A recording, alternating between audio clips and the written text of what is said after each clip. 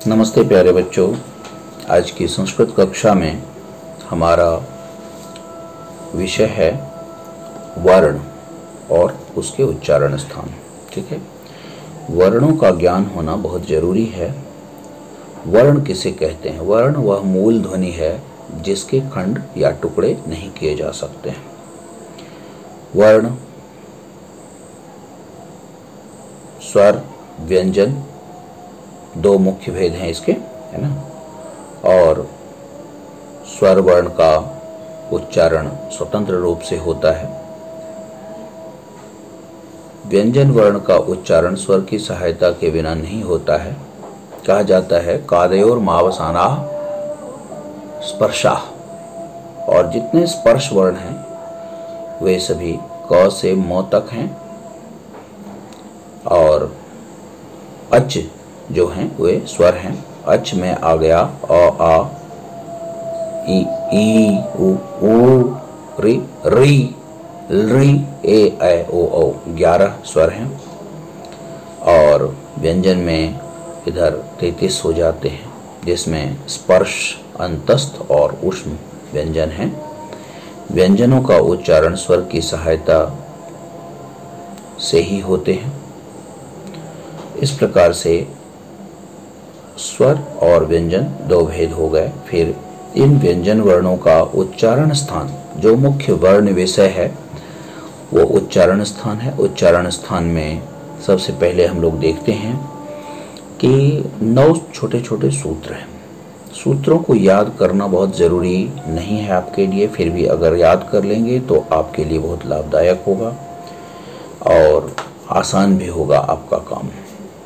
नहीं याद करेंगे तो आपको वर्णों को याद करना पड़ेगा, फिर उसका स्थान और उसका नाम याद करना पड़ेगा, जिसको कि इस प्रकार से हम लोग रख सकते हैं। मैं इस चार्ट को भी आपके साथ भेज रहा हूँ, आपको दे रहा हूँ, लिख दे रहा हूँ। ठीक है, और सूत्र भी मैं लिख दे रहा हूँ, बता दे रहा हूँ। अकुह विसर्जनीयानाम कंठा, इचु यशानाम तालो, ऋतु रसानाम मूर्धा, ऋतु लसानाम दंता, उपो पद्मानियानाम ओष्ठौ, यम गणदानाम नासिका च, एदैतो कंठतालो, एदैतो कंठतालो, ओदौतो कंठोष्ठम, वकारस्य दंतोष्ठम।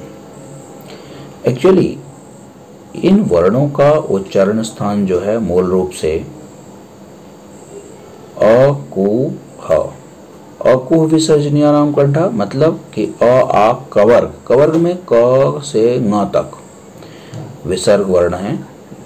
अ, आ, कवर्ग और विसर्ग ये कंठ वर्ण हैं। कंठ से इनका उच्चारण होता है, इसलिए इनको कंठ वर्ण कहा जाता है।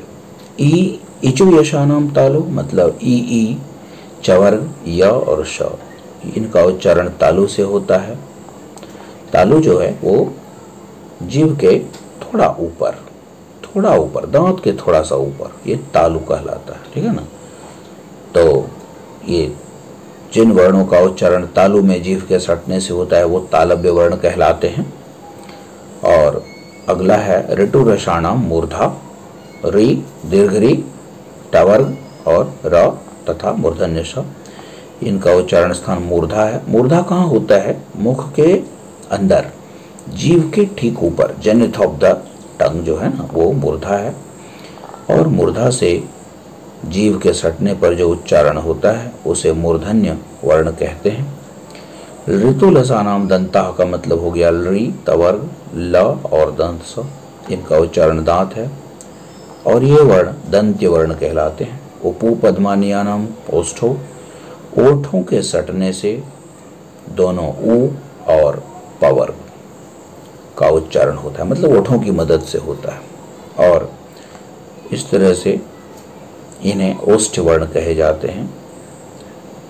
यमगणनानाम नासिका च, पांचों वर्ग का मतलब कवर्ग, चवर्ग, टवर्ग, तवर्ग और पवर्ग का अंतिम अक्षर अनुनासिक वर्ण कहलाते हैं, क्योंकि इनका उच्चारण नाक की मदद से होता है। ए, ऐ ये दोनों वर्ण कंठ और तालव्य वर्ण, कंठ और तालु से उच्चारण होते हैं, कंठ तालु की मदद से, इसलिए कंठ तालव्य वर्ण कहलाते हैं। ओ, औ, ओ दौतो कंठोष्ठम, ओ, औ कंठ और ओष्ठ की मदद से उच्चारित होते हैं, इसलिए इन्हें कंठोष्ठ वर्ण कहते हैं। और एकमात्र अकेला ऐसा कोई व्यंजन है जिसका उच्चारण दांत और ओठ की मदद से होता है, उसे दंतोष्ठ वर्ण कहते हैं। यह है व जो है इसका उच्चारण दांत और ओष्ठ की मदद से होता है, इस तरह से दंतोष्ठ वर्ण कहलाते हैं। इन उच्चारण स्थानों से आपको कम से कम 4 अंक के प्रश्नों को साधने का जवाब देने की क्षमता आप में आ जाएगी। यदि आप ध्यान से इन उच्चारण स्थान के नियमों को याद कर लें तो आपका इससे भला होगा। और यदि मेरा ये वीडियो आपको अच्छा लगे तो आप इसे लाइक करें, शेयर करें, अपने दोस्तों को बताएं। धन्यवाद।